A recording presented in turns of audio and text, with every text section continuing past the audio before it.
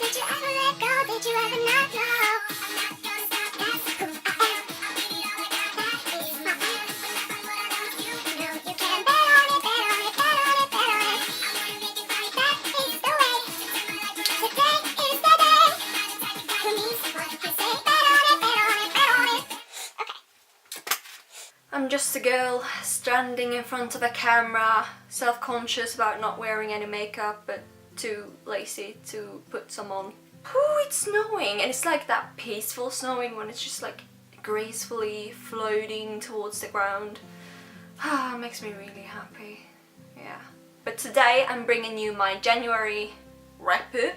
And I know it's like 2 weeks into February, like maybe 3. I don't keep track. What I'm trying to say is I know I'm a little late, but we're just gonna go for it, aren't we? So the first book I read was... Fuck. Furthermore by Tahara Murphy. I don't even know what to say about this. Tahara Murphy is a great author, like one of my favorite authors, and Restore Me is coming out. No, not Restore Me. Yes. It's called Restore Me, isn't it? I have pre-ordered it. I'm so excited. Just can't hide it. Okay, but back to this. I cannot explain it. It's like an Alice in Wonderland twist where it's a magical country, land, whatever. Everything is colourful, everything is perfect, but Alice, has no colour and she is pretty much an outsider, and she goes on a mission with a boy and it's amazing, and they come to another land and it's a mystery happening and there's so much magic and it's just so adorable. At first I was a little bit, skeptical because I'm not the biggest fan of middle grade. Sometimes I feel it's a bit immature to me, but the way it's written, an all-knowing narrator, which makes it so that like everyone can read it basically. It doesn't make it so immature and, young. I'm pretty sure I gave this 5 out of 5 stars. Next book I read this month was It's a Little Prince by Antoinette de something French.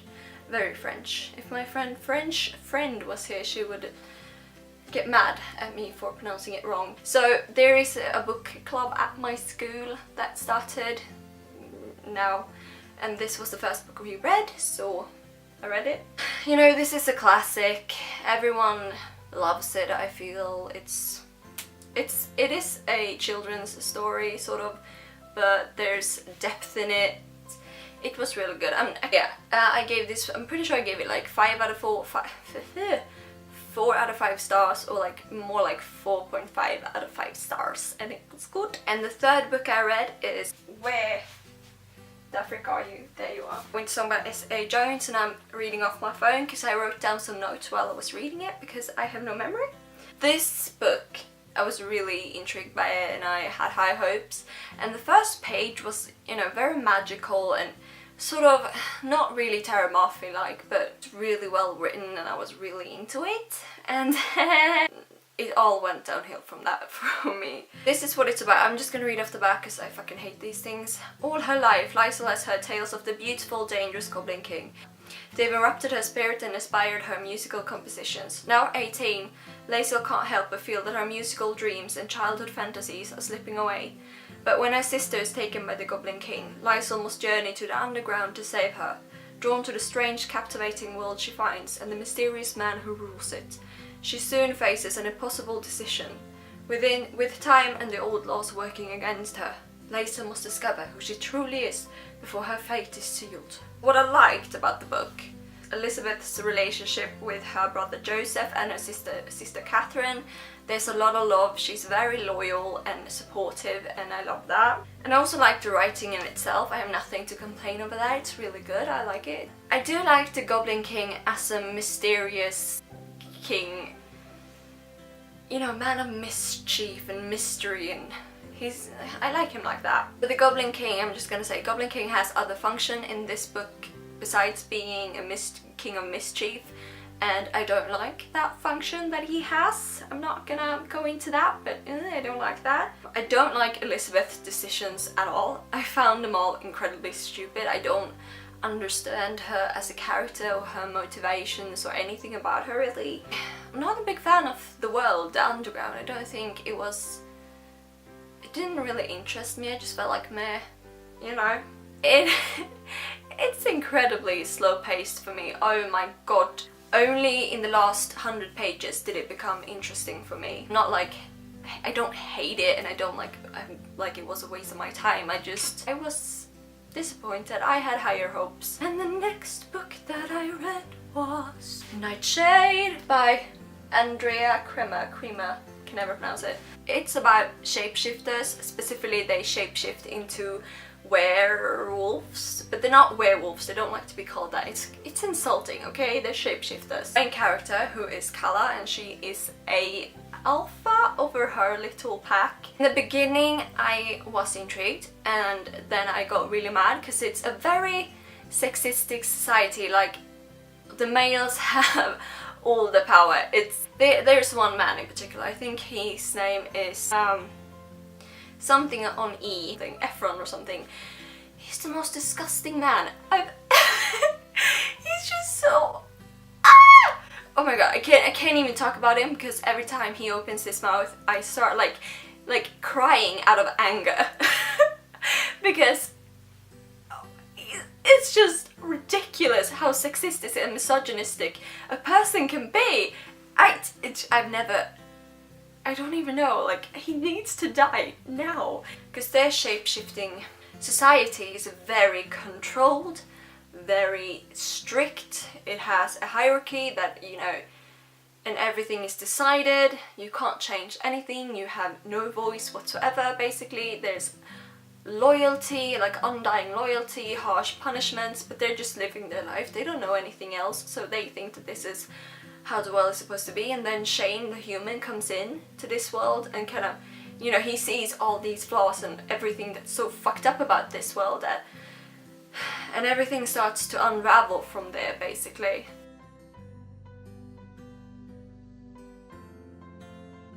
And the next book I read is The Mistake by Ellie Kennedy.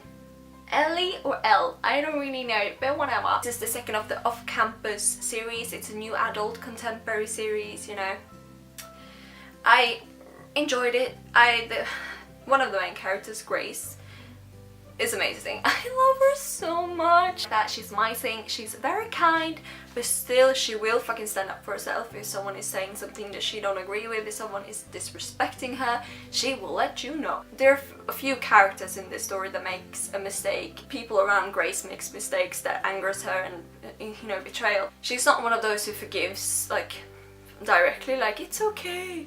She gets really angry, and of course, but she still has this beautiful quality of calming down and then looking at what happened from different perspectives and just turning it around and like trying to understand why the person did what that person did. And I just really love that quality because it's so easy to just stay mad, to just hold that grudge and hold on to it and be like, they suck, you know, I hate them, I'm never gonna speak to them again. But she has that quality of really like, she turns it around and she's like, can I forgive this? Is this forgivable? And I really like her. Yeah, okay, I'm just gonna move on. I don't know what to say. But it was good. I gave it 4.5 stars, I think. And the next book I borrowed from one of my lovely friends, and that is The Amazing Book Is Not on Fire by Dan and Phil. I'm a really huge fan of Dan and Phil. I love them. Like, they're perfect small beans. It was just nice to get to know a bit more about these people and, you know, stories that they haven't told before, to get a picture of who they are, and I really liked it. And then I finished Warm Bodies, that I reread and annotated so I could give to my friend because I think she needs to read it. And I've talked about it a lot on this channel, so I'm not actually gonna tell you what it's about or like what I think about it because I have done that already and I can't, I'm getting sick of talking about it. But yeah, okay. And then I read a ebook. I read Prince of Flames by Ben Alderson. It's sort of a prequel novella. It's a short little novella that I read and enjoyed. It was just a few pages, you know, it's nothing big. But I read Cloaked in Shadows and that was so good. And then I read that one and it's so good, and I need the second one in the series, Founding Night. Now I need it ASAP. I need it in my hand so I can read it. And then I finally read The Princess Saves Herself in this one by Amanda Lovelace. Oh my god, they're smudgy. The story of a princess turned damsel turned queen. This was amazing, okay? This is very like feministic and just strong and very personal, and it has that fairy tale princess queen theme to it, and I just love it. I highly recommend it. It's been raved about in the community. And my favorite poem I'm gonna read. The princess locked herself away in the highest tower, hoping a knight in shining armor would come to rescue her. I didn't realize I could be my own knight.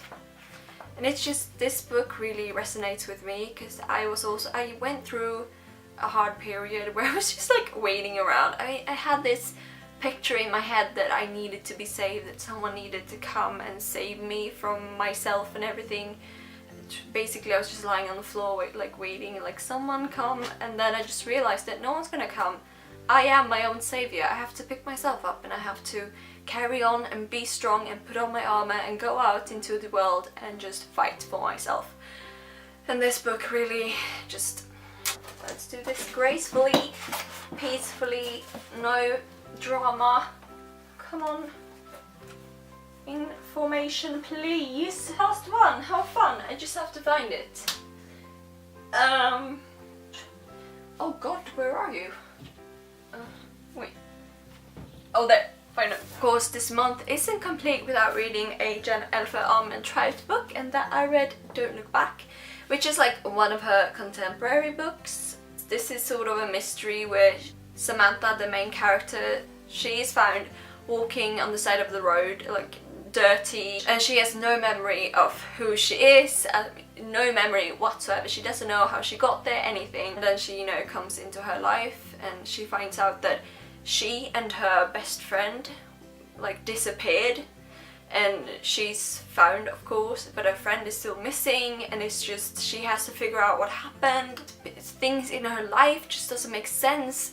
What she learned herself and what she learns about everything around her, and I just love the journey she takes, rediscovering herself. She was this person she didn't want to be, and now she has the chance to be someone else. I was a bit hesitant. I usually hate like amnesia when that happens because I get so frustrated, but it was done so well. I really liked it. Usually in like mysteries the ending is like predictable and you're like ugh, but this I was fairly surprised. Yeah, I didn't think it would happen. I mean, I feel like it could have been more like shock, like you could have been more like, oh my god, no! But it was like, yeah, it was solid. Those were the 10 books that I read this month. No, not this month. Last month, which was January. Actually, should I hold them up so you can like, yeah, I should do that. Oh god, wait. I put them back in the bookshelf because I wanted it to be nice and tidy, and now I realise I made a mistake. Ha! The mistake. That's a book I read. Oh, that's so funny. I'm great, Alice. You're so amazing. I'm pretty sure these are the books I read, except for the ebook, The Prince of Flames. Is this even in frame? Oh, yeah, these are the books I read. That is my cue for this video being over. Bye.